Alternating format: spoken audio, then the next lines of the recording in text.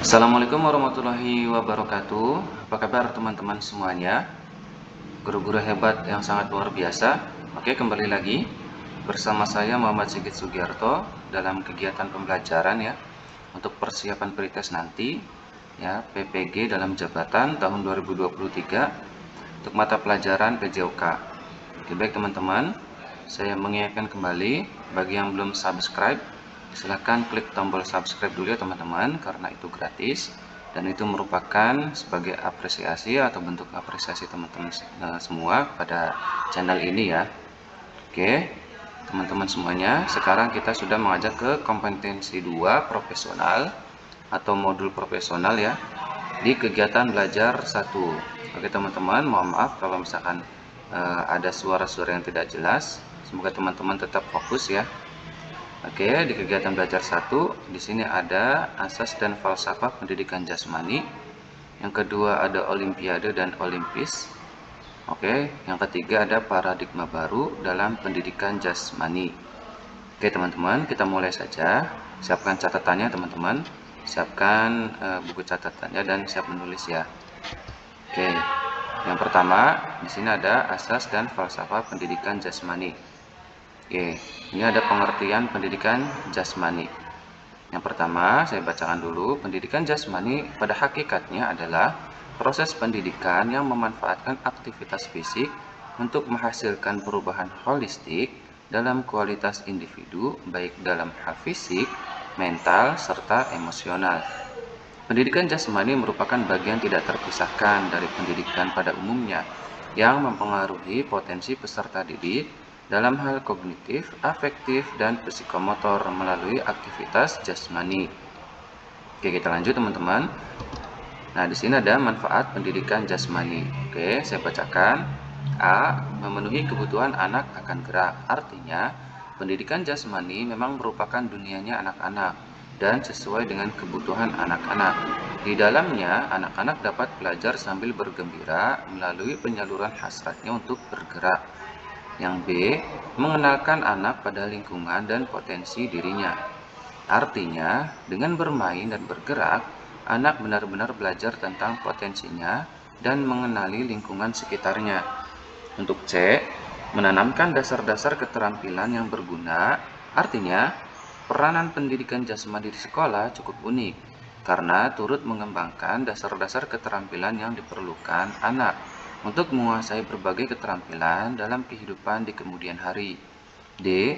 Menyalurkan energi yang berlebihan. Oke, artinya anak adalah makhluk yang sedang berada dalam masa kelebihan energi. Kelebihan energi ini perlu disalurkan agar tidak mengganggu keseimbangan perilaku dan mental anak. E. Yang terakhir, merupakan proses pendidikan secara serempak, baik fisik, mental, maupun emosional.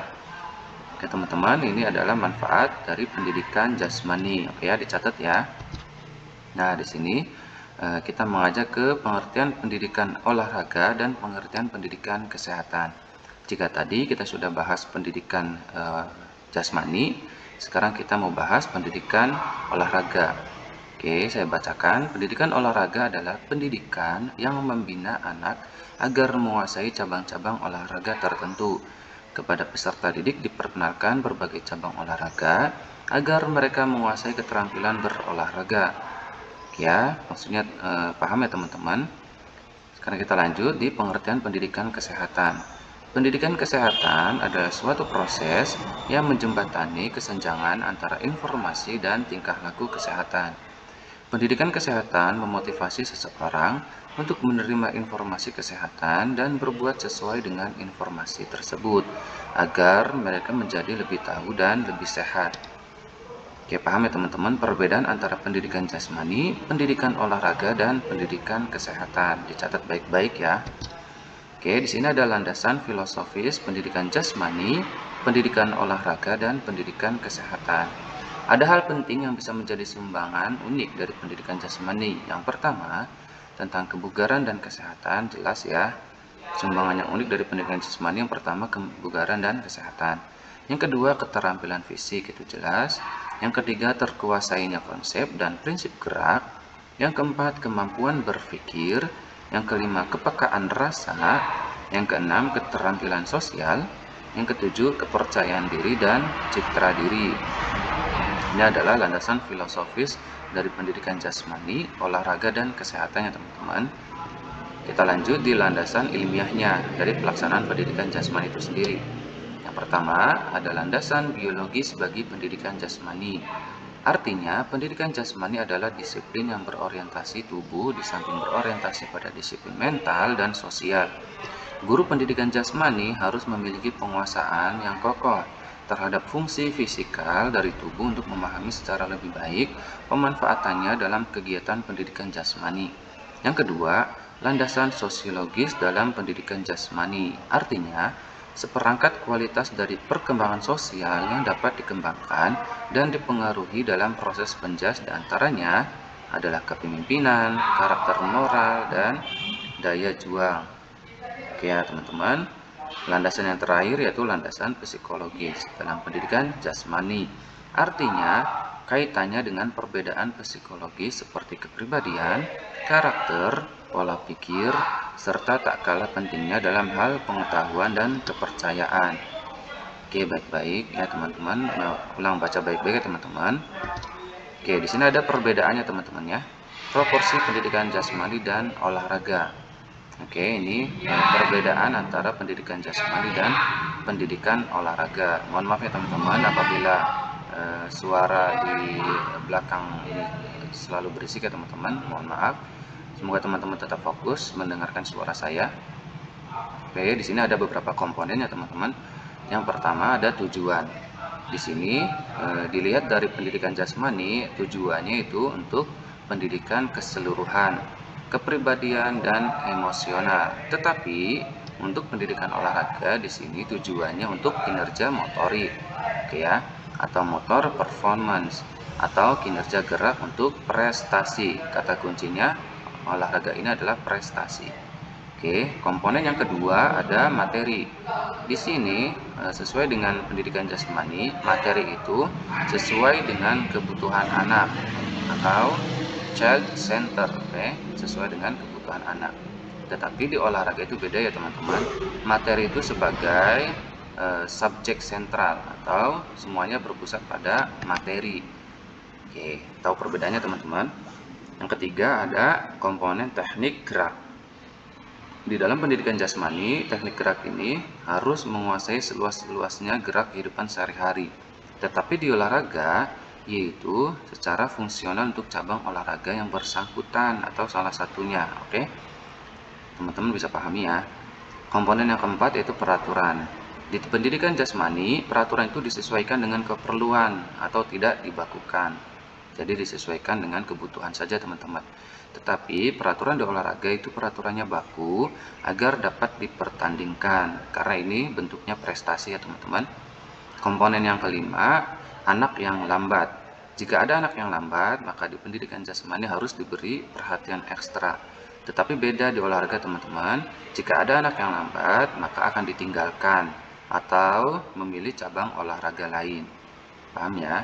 Komponen selanjutnya adalah talent scouting. Di sini untuk di pendidikan jasmani adalah tujuannya untuk mengukur kemampuan awalnya saja teman-teman. Tetapi di olahraga ini untuk cari atlet yang berbakat. Oke, paham ya teman-teman? Komponen yang selanjutnya itu latihan.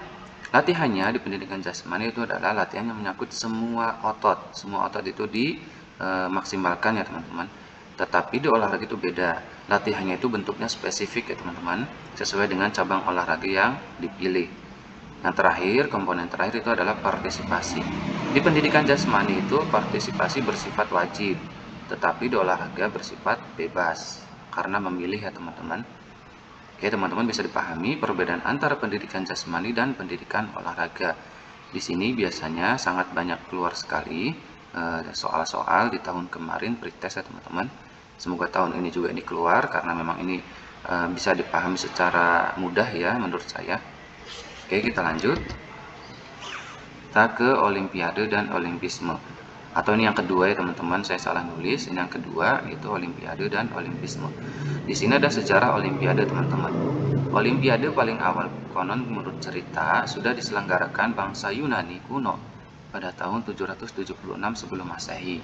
Kegiatan itu diikuti seluruh bangsa Yunani dan dilangsungkan untuk menghormati dewa tertinggi mereka, yaitu Zeus. Zeus bermukim di Gunung Olimpia atau Olympus yang kemudian dipakai sebagai nama Olimpiade sekarang. Oke, di sini ada lagi. Awalnya Olimpiade hanya berlangsung di Yunani kuno sampai akhirnya pada tahun 393 Masehi, Olimpiade kuno ini dihentikan dulu oleh Kaisar Romawi bernama Theodosius. Kemudian Olimpiade dihidupkan kembali oleh seorang bangsawan Prancis bernama Pierre Freddy Baron de Coubertin pada tahun 1896. Oke, teman-teman pahami ya, ini biasanya keluar soalnya ya. Dalam kongres pada tahun 1894 yang diselenggarakan di Paris, didirikanlah Komite Olimpiade Internasional dan ibu kota Yunani.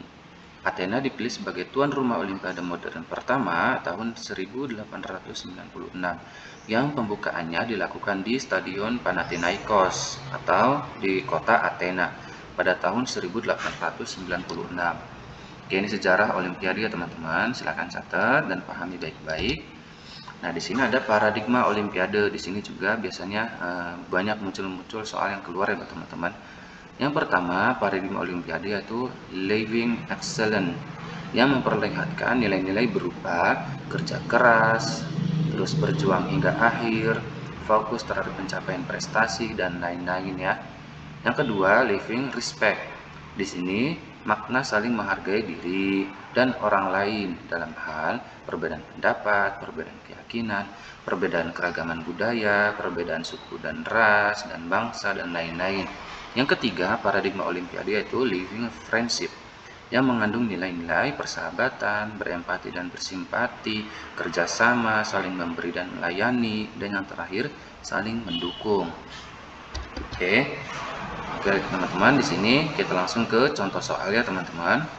Oke, teman-teman pahami baik-baik tadi materinya di awal. Silakan yang mau mengulang silakan tinggal ulang video ini ya teman-teman dan catat kembali. Oke, kita mulai di soal yang pertama.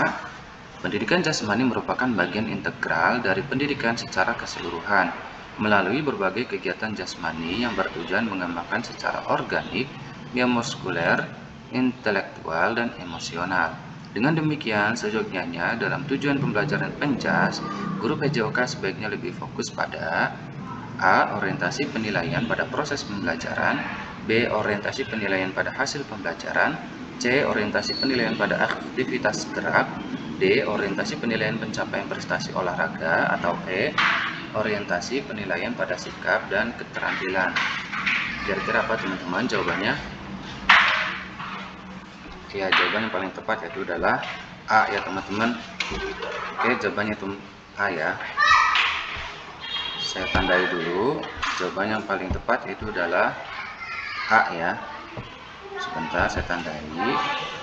Oke, soal selanjutnya itu soal nomor 2. Pendidikan jasmani merupakan bagian integral dari pendidikan secara keseluruhan melalui berbagai kegiatan jasmani, sedangkan pendidikan olahraga adalah A. Suatu aktivitas yang bersifat kompetitif, B. Aktivitas pembelajaran jasmani, C. Aktivitas motorik-motorik, D. Pendidikan jasmani, atau A. Pendidikan karakter yang atau E. Pendidikan karakter yang mengutamakan hasil. Oke teman-teman, jawabannya apa?